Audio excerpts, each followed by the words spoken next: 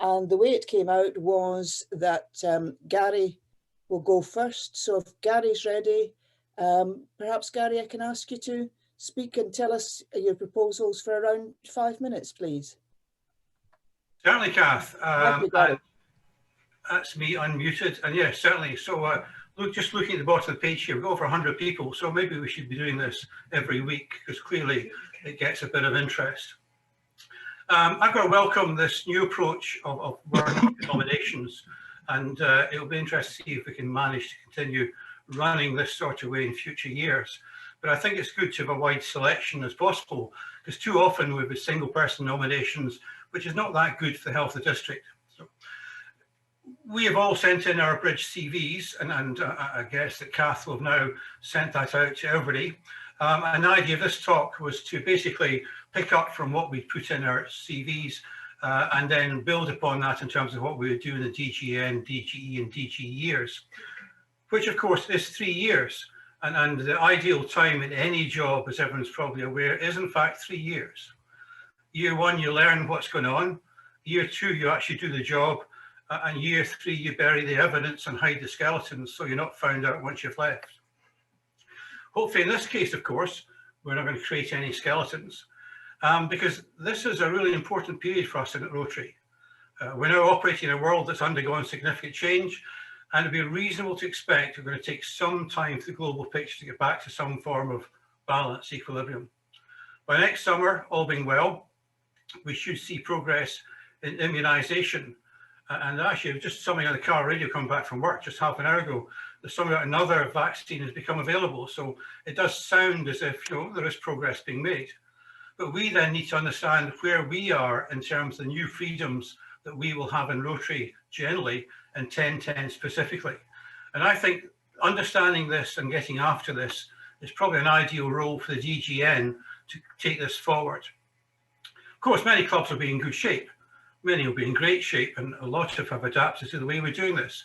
But some will not, and we need to be honest with ourselves and think that. I had the pleasure of being in the district membership team for 4 years, and in 2015, it was my job to introduce visioning to district. This ultimately saw us running workshops for over a quarter of our clubs. And what we did was recognised as best practice by RI. By the end of the run, I'd like to think this has contributed factors to the district membership team picking up an RIBI award. But the key thing for me in that was I recognised that not all clubs elected or needed to capitalise on these workshops, but it gave me personally a terrific insight into district and the clubs that we have. And looking around the screen here, in actual fact, I see quite a few people who were actually on the facilitation teams that we pulled together for that project. Coupled with that, in 2018, I was very pleased to be invited onto the RI coordination team for what was then Zone 17, effectively Zone 19 now. And my responsibility lays with all the Scottish DGs. And that gave me quite an overview of the districts with which we were closely associated, 10, 20, 12, 30. And I think, and hopefully there's no 10, 12, 12, 30 will take any offence with this, I think D1010 stands up well and we can be proud of where we sit.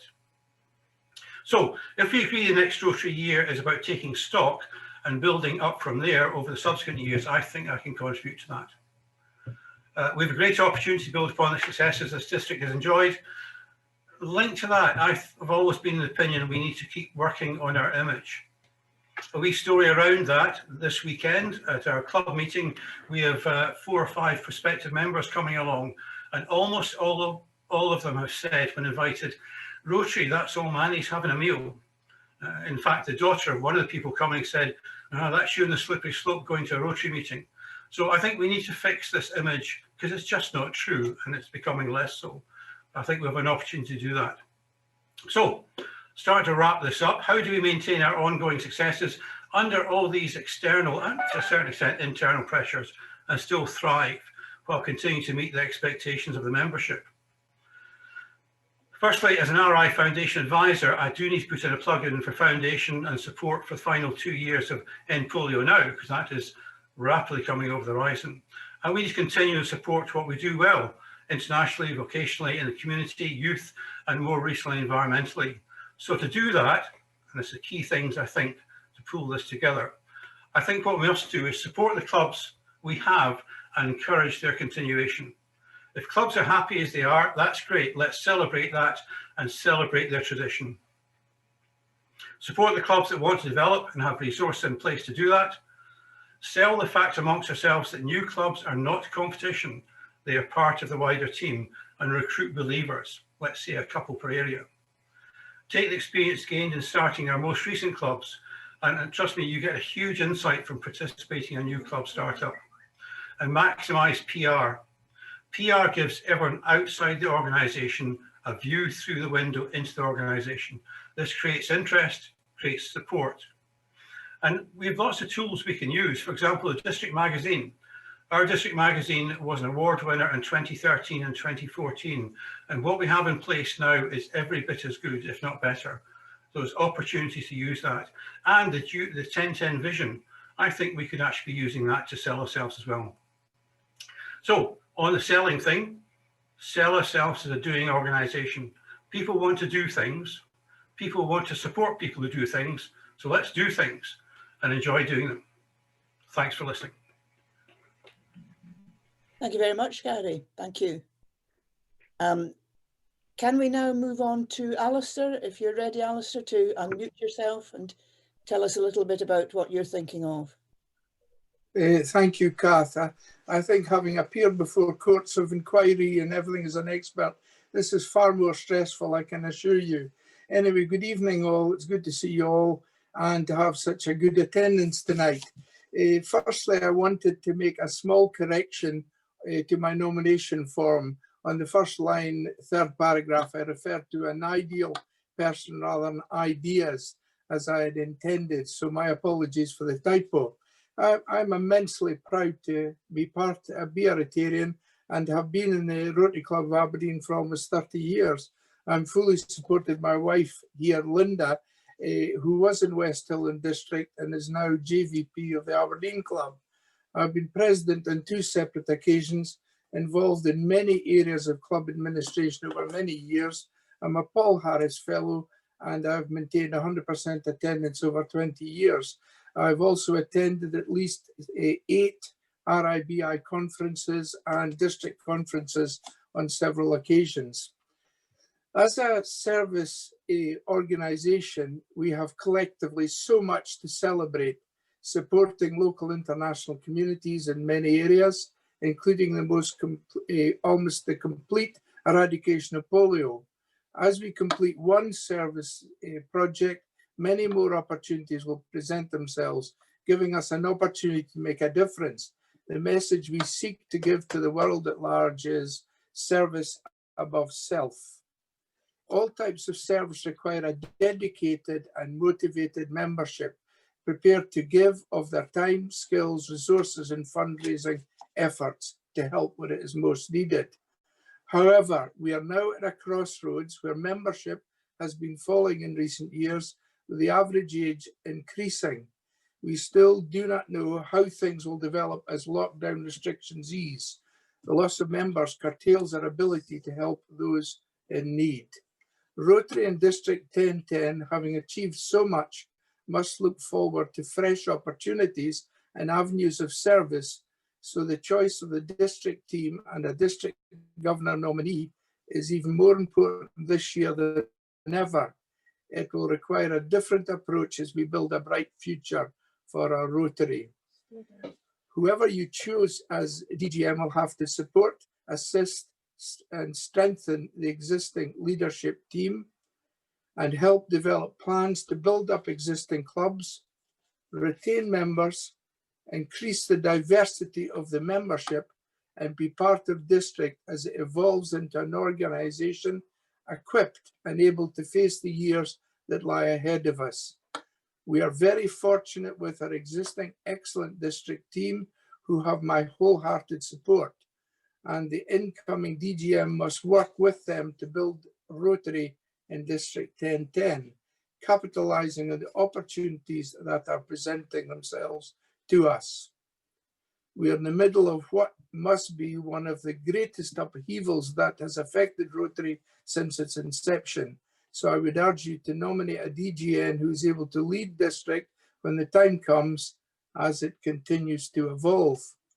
Advances in technology and social media have opened up many opportunities, and looking forward, I see a more diverse Rotary developing with the strengthening of existing clubs and more varied types of meetings and fellowships.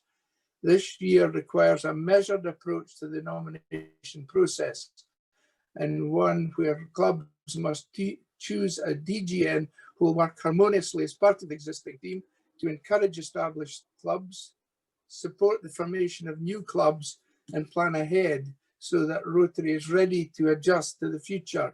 It will require a high degree of commitment, dedication, leadership skills, team building, motivational ability, adaptability, and a mind alert to the opportunities.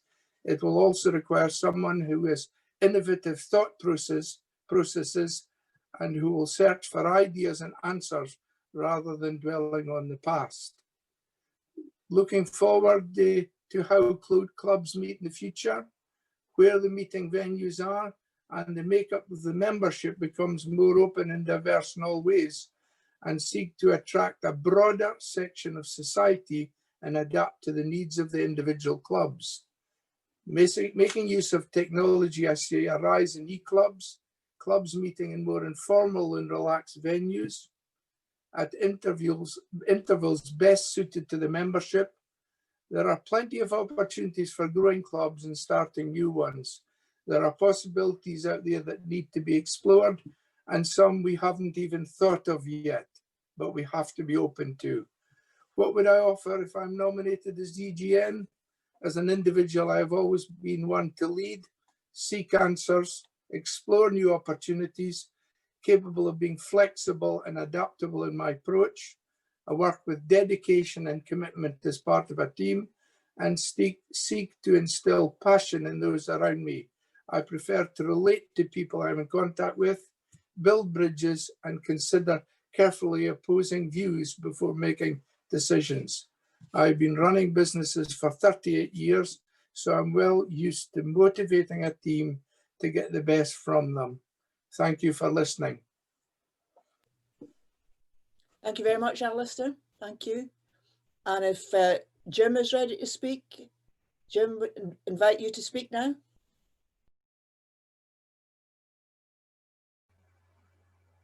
Thank you, Kath.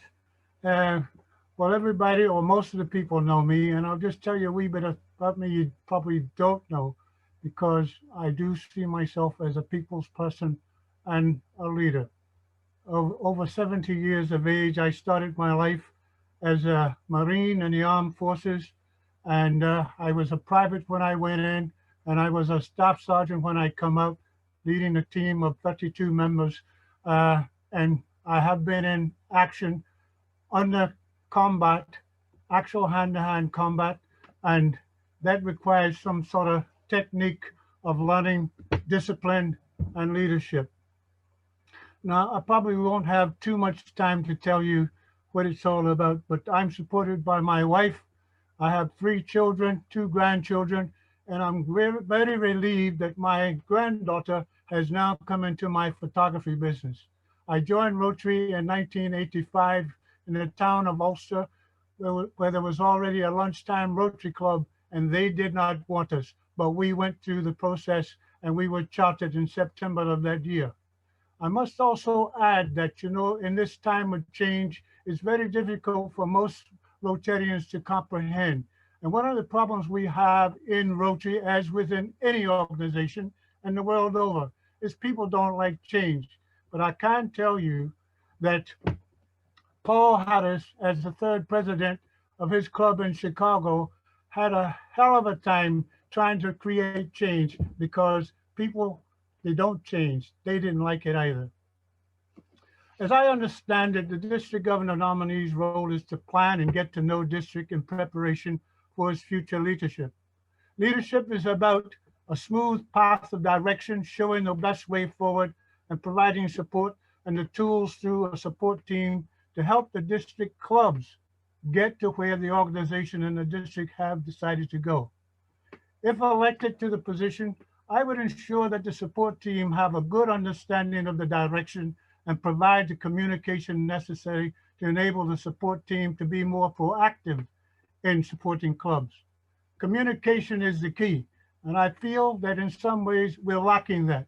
Just an observation, however, we need to stop this procrastination, talk, talk, talk, and get on with the job because time's running out. And if we don't get there, we're going to be left behind.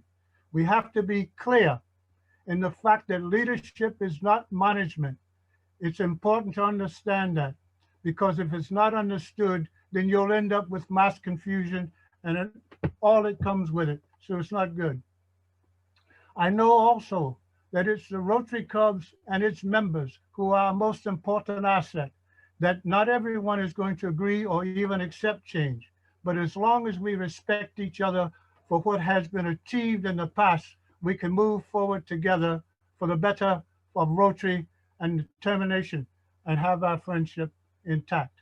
I believe that improving communication with clubs is extremely important. I would like to see a better understanding and a more effective working relationship with the clubs. It can only be achieved by dialogue. In that context, district needs to concentrate on both the existing and future challenges that it faces. It needs to have a clear understanding of those challenges and how they will impact on the clubs and the organization as a whole. I would encourage clubs to share more in terms of information of what they do and how they provide what they do, and be more openly in close working relationships, particularly when it comes to recruitment. We are one organization. We need to act and perform as one organization. We need to collaborate with one another. We need to be more together. Moving forward to keep pace with our communities and the like is never going to be an easy job, I can assure you. But persistence, communication, and tenacity will get us through that. You know, people, as I said, don't like change. In my role as assistant governor, I visited clubs a minimum of 4 times during the Rotary year. Now, I was never asked to do that, but I felt it was my responsibility if I was going to support them to get to know them, how they work, how they operate, how they function, what they think, the good and the bad, in order that we work with each other. The visit also gave me information as to what the clubs were doing locally and internationally. It gave me information as to how they feel in terms of the support that they were getting or not getting from district. And in many things, but I'm not stupid. In the minds of some Rotarians, it is felt that they are not getting from district what they feel they should. There are Rotarians that don't know what district does or who many of the district team members are. And I wonder if this could be the evidence for us not getting people from the clubs to come to the district vacant positions. That is, it's a prime way of finding out how you work within Rotary and other people. One of my other goals, if elected, is I shall endeavor to visit every club in this district, ask questions, talk to members to help me understand some of the views and concerns they have. Because if I don't know, I can't help them. If I know, I can do something about it, or at least try to do something about it. There's much talk about whether we should have a meal or not a meal at meetings, and that we should do more to attract younger members, and such discussions are good, but is the answer under our noses? For one, I think that we have a lot of youth programs. We have a lot of competitions. The parents are keen on their family. Why don't we tackle them? Why don't we invite them to come to Rotary? They don't have to give us a week at a time. Give us a couple of hours, anything, but get them to appreciate and understand what we do and try and get them into the business of being a Rotarian. We are one of many volunteer organizations involved in providing a service to our communities. Communication is a key factor. And I tell you, the difference between that is, it doesn't cost these other organizations, if you're in them, it doesn't cost a member anything, but we do. We charge. We have a membership fee to pay. We have to look at the value of that membership fee. We have to look that we're getting value for money. We have to look that we're getting the support we need. And we have to know that we feel good being a Rotarian. And it's not just about being in Rotary. It's about being a Rotarian. I like action. I like it quick and speedy. I don't like to hang about. I like to find the facts, get on with it, do the job. You can do everything. Rotary offers many opportunities. I've enjoyed my 35 years as a Rotarian. I've met some amazing friends. I've met some amazing people. We've done a lot of things in organizing what we should be doing in the face of helping others. On my last trip here, I will tell you that as part of a worldwide organization having 1.2 million members, I think districts should also promote through radio, television, and newspapers the activities that we are engaged in, both locally and internationally. We need to support and help the clubs. We can't leave it all to them to do on their own. That's a fact. I've been there, and I also worked in the media. What can be done to improve our current methods and means on greater scale to inform and let the general public know who we are, where we come from? That, I think, will also help to engage with the local communities and bring in members. I mean, it's not going to be easy. I'm not saying that by any means. I'm just saying there are things we can do. Some of the things are right in front of us. We just need to get on and do them. What I have been saying, as I conclude, is that leadership requires action. It requires listening. It requires understanding and communicating, coming to a conclusion, making a decision, and putting into action what you have decided, and then you are determined to get on with it. Thank you very much for your time and listening. I hope it's been okay for you. Thank you very much, Jim. I think all three candidates have mentioned communication. I'm not going to pick up communication in its wider sense, but I'd just like to say that at about 8 o'clock on Friday morning, I was writing to Jim, to Gary, and to Alistair to ask if they would come on and speak today. And within an hour or so, I had responses from them all saying they were willing to do it. So I think it's absolutely brilliant that all of them have been able to talk to us so passionately and so interestingly for around 5 minutes, when in fact they got only a couple of days notice of that. And I do sometimes myself get frustrated with communication, as we all do. But on Friday, I was on a bit of a roll, I have to say, when I got all the responses. So thank you very much to you, the three of you. So we have an opportunity for a little while now to ask questions, and we would direct them to everyone.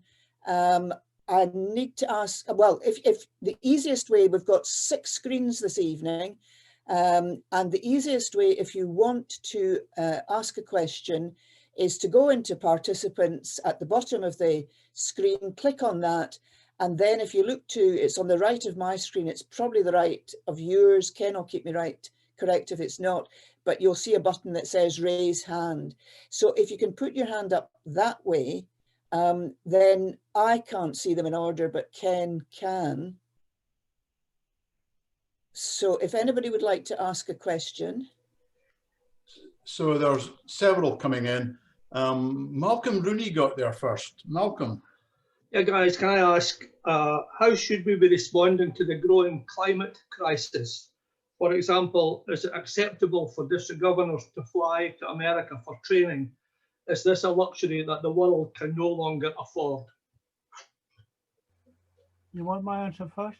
How do you want to work this, Kath, in terms of answering?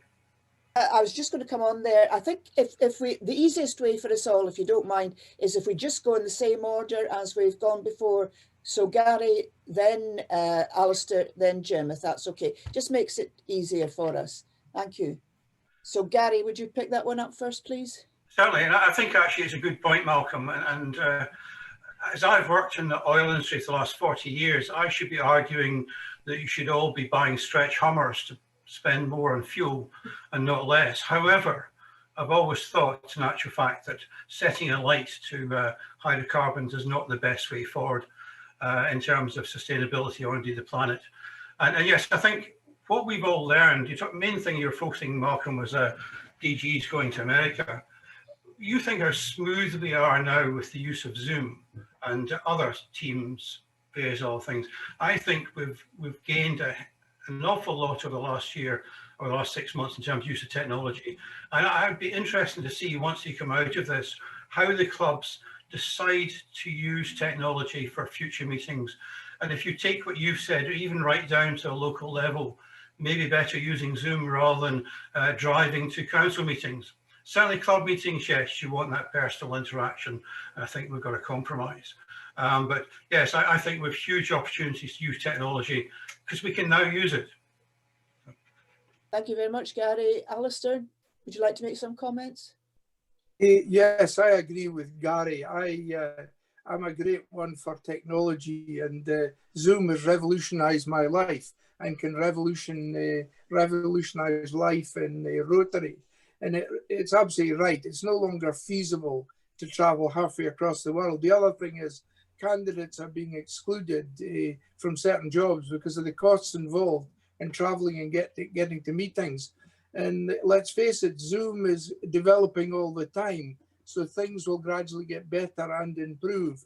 And I would look forward to an awful lot more being done, these sort of meetings, such as instead of going to America being done in Zoom and the district council meetings being done in Zoom.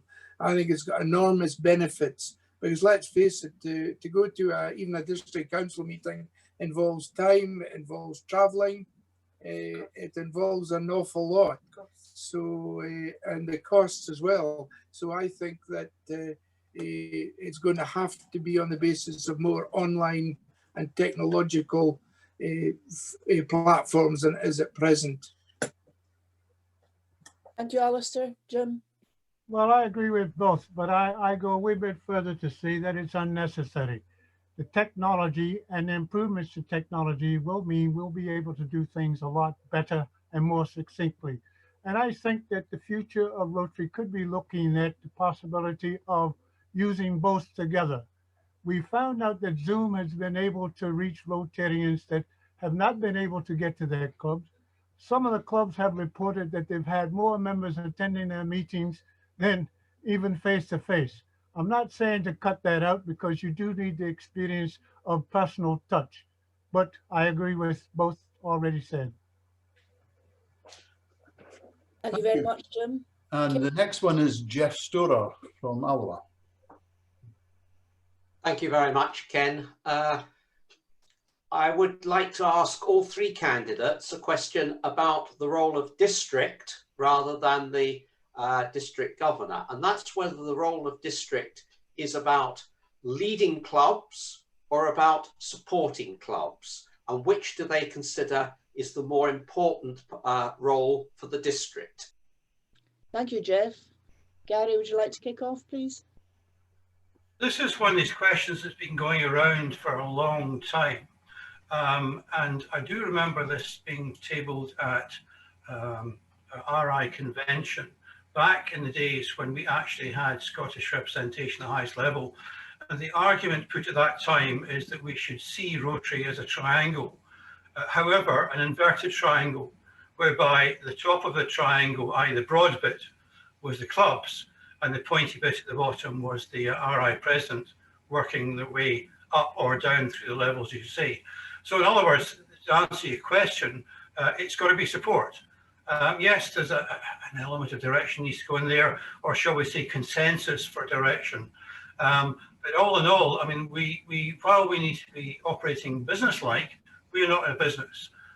So it's a balance, a difficult balance, I know, but I think certainly we need to look at where we are, ensuring that this district support team is indeed exactly that, a district support team. Thanks, Gary. Alistair? I see it very much as a role of assisting and supporting clubs and only giving direction where they're required to. I do think there must be more integration between district and clubs and between areas as well, so there's more interaction. That's why I introduced a representative from the district team to speak at the Area 4 meetings. So I think it's very important, but we have to be there to support and only give direction when asked for, basically. So, but it is a larger organization, and it's self-support between groups and between the members of the team, right up to Rotary, GBNI. Thank you, Alistair. Jim. Yeah, as I said before, leadership, district, it's about making a smooth path of direction, showing the best way forward. But clubs have autonomy according to the Constitution to make their own way, as long as they abide by the Constitution. The fact is, district is in support, and that's why I also advocate that if we put in support teams, they have to know their role and responsibilities. They have to have a clear understanding of what they should be doing to support the clubs. That's my take on how districts should react. But I also think that districts should create more dialogue with the clubs in order to understand how they want to go. I said before, people don't know what district does. Some of them.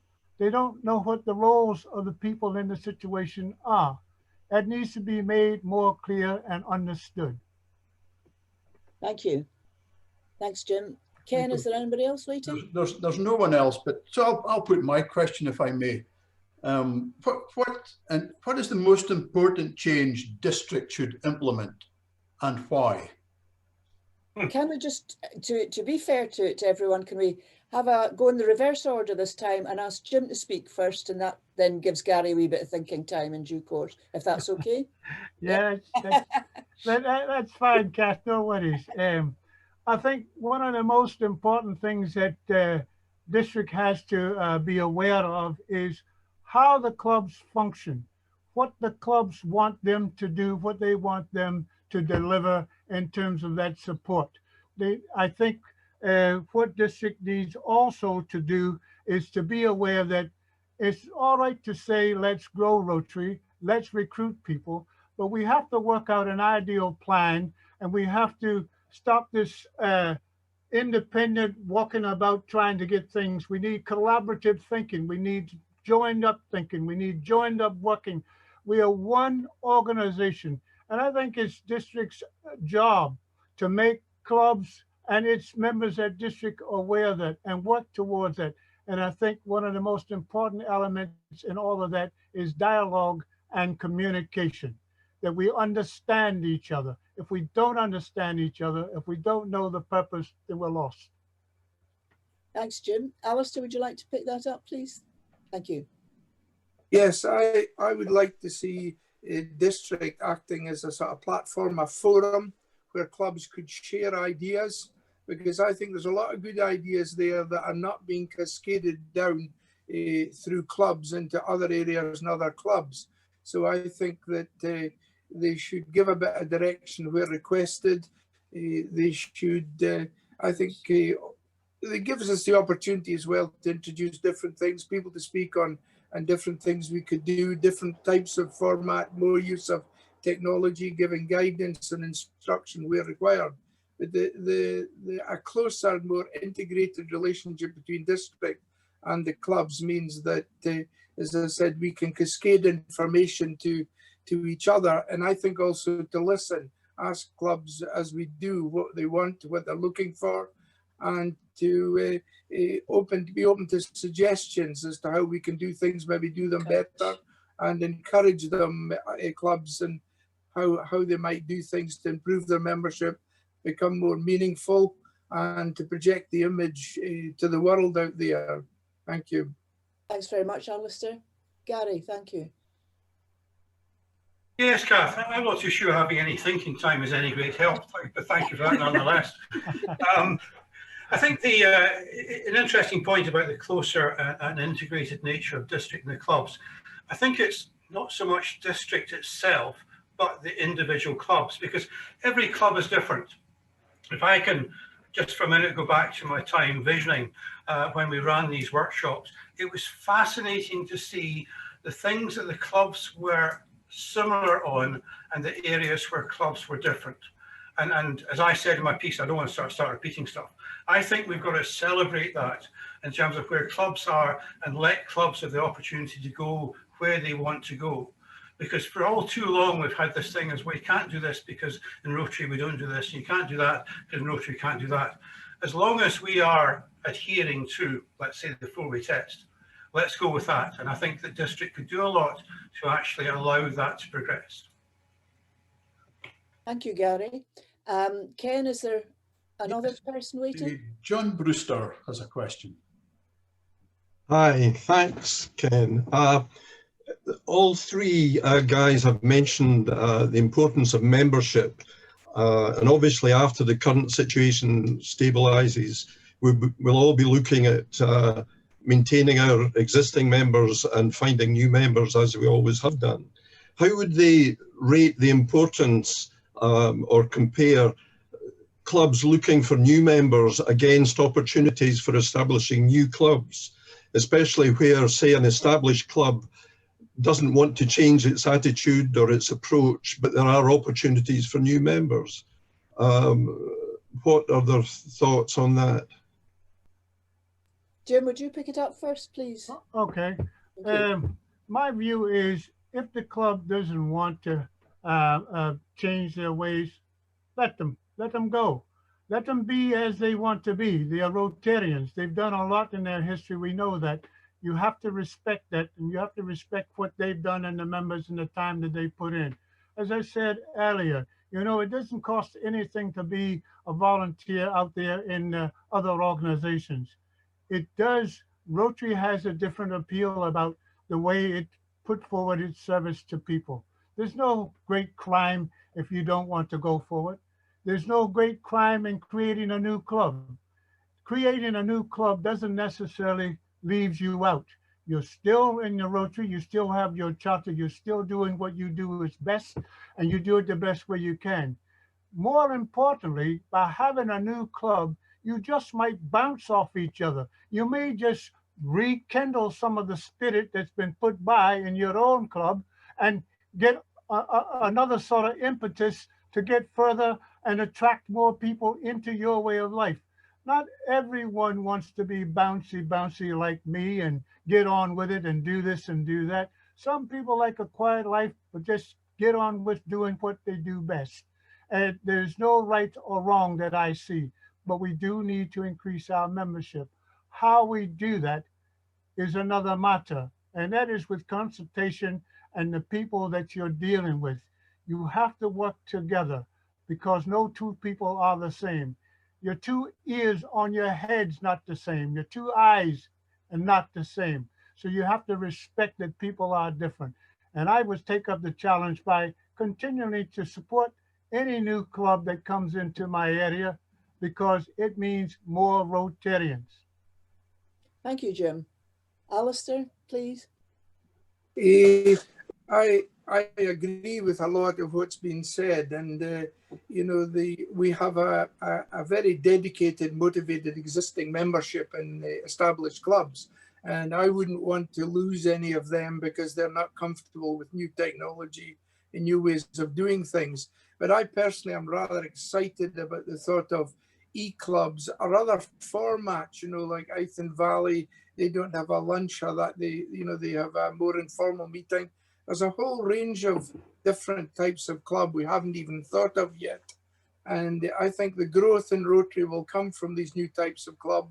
I think that technology also gives us the opportunity to appeal to younger people who are too busy to turn up. The other thing is that what gets overlooked often is there's a significant cost to being involved in Rotary if you have a meal every week and things like that.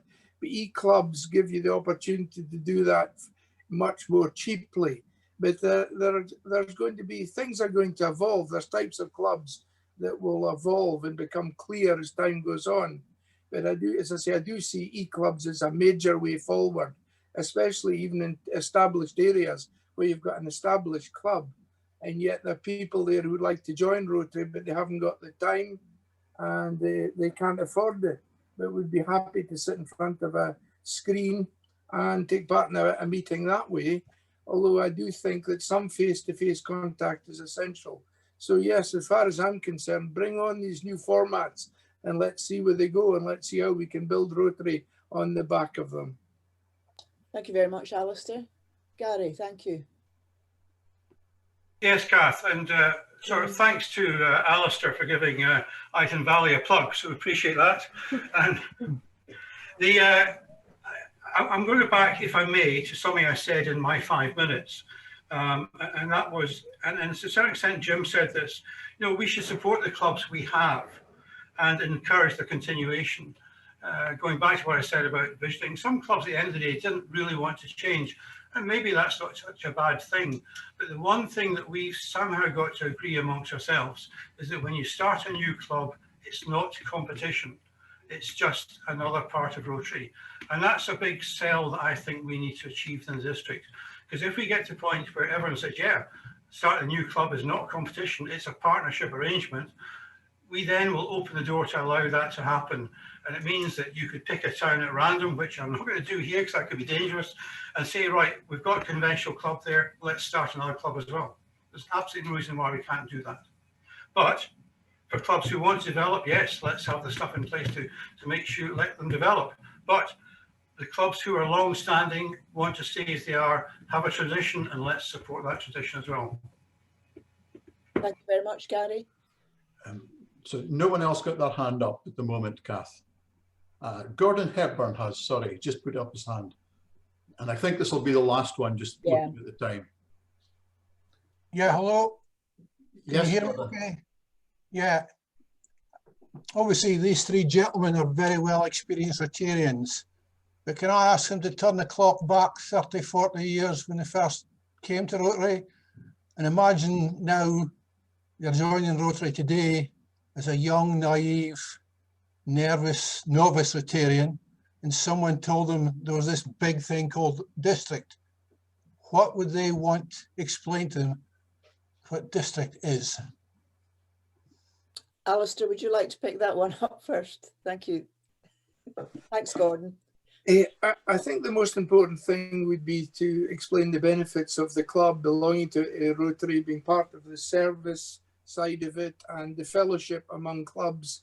And I think moving on from there to district, I think I would describe district as being a facilitator, an innovator, making suggestions and giving clubs the help, support and assistance that they need when trying to attract younger members and provide the resources in doing it. But like most businesses, there's usually an overarching organization or body that looks after them.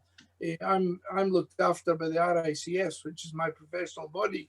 And I think district is it really is a overseeing role. And I think that's how to be put across and to support wherever possible, as Gary said, establish clubs and new formats and new types of club. Thank you, Alistair. Gary, would you like to go next, please? Thank you. Certainly, yes. What is district? Interesting. We're actually having this same debate within Iton Valley because the very people you describe, Gordon, we have a club full of that in terms of, you know, new to Rotary. And it's been an interesting thought process. How much of this do you want to share? And let's be honest, scare people off. Or how much do you want to share so people recognize they're part of something bigger? And you can actually broaden your question to even wider. I mean, going back to my time on the Zone 17 coordination team, I still get all the membership numbers every month. And if Roddy, if you're still there, if I'm not meant to get this, please don't pull the plug on it. It's quite interesting stuff. So you could argue then, should everybody understand what happens at zone level? Should everybody understand what happens at RI level? I would suggest to you that really you just need to understand enough to do what you want to do within Rotary. And that's enough to be going on with. And for those who want to know more, yes, make the information available. But I don't think we need to sell Rotary district or even zones to individual members if they don't want to. If somebody's a good member, they're out doing stuff, let's support that. Thanks, Gary. And Jim, please. In some ways, I concur with one or two things that Gary has said. I think, if I could just digress a bit, I think this should start at club level. You get a new member into the club, there must be an orientation process. there must be some way that you inform them of what happens and how it happens when it happens. The president has the opportunity to invite the supposedly assistant governor to the club to answer questions regarding what we do at district. And if they can't answer those questions, they should damn well find it out. If you want to have a program of induction, which I think should be there for any new member, because I've met so many members that don't even know what their clubs do. They've been in their clubs for 3-4 years and they haven't got a clue. So I think it's a two-way street here. I think that the presidents within the club should have some sort of program whereby they create a dialogue with a new member. They give the new member an opportunity to ask questions. And rightly, as Gary say, if they want to know more about district, give them that opportunity. You have an assistant governor. Part of their role is to support the club. They should be doing it. Thank you very much, Jim. I think, as Ken said, that's probably the last question. I was just looking at the time there because time's pressing on. Just before I hand back to Ken, thank you very much to Gary, to Alistair and to Jim for taking time to answer questions, for taking time to prepare what they had to say. I think it's been a fabulous, 45 minutes. Thank you very much. And my screen, as yours, Will, says there's 107 participants, but in fact, there's quite a few of you with partners there. So we're probably up at about 120. So that's, I think, the best attendance we've had so far in one of these Monday night Zoom meetings. I also note, just looking at John Brewster there, that he's brought Boris in and Donald. That is terrific. Boris, of course, is feeling as good as a butcher's dog, whatever that means.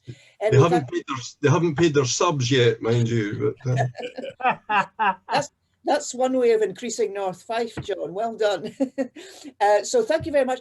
May I just say on this occasion to thank Ken for organising this today, but for having organised this for what, 6 months now, Ken, I think it is.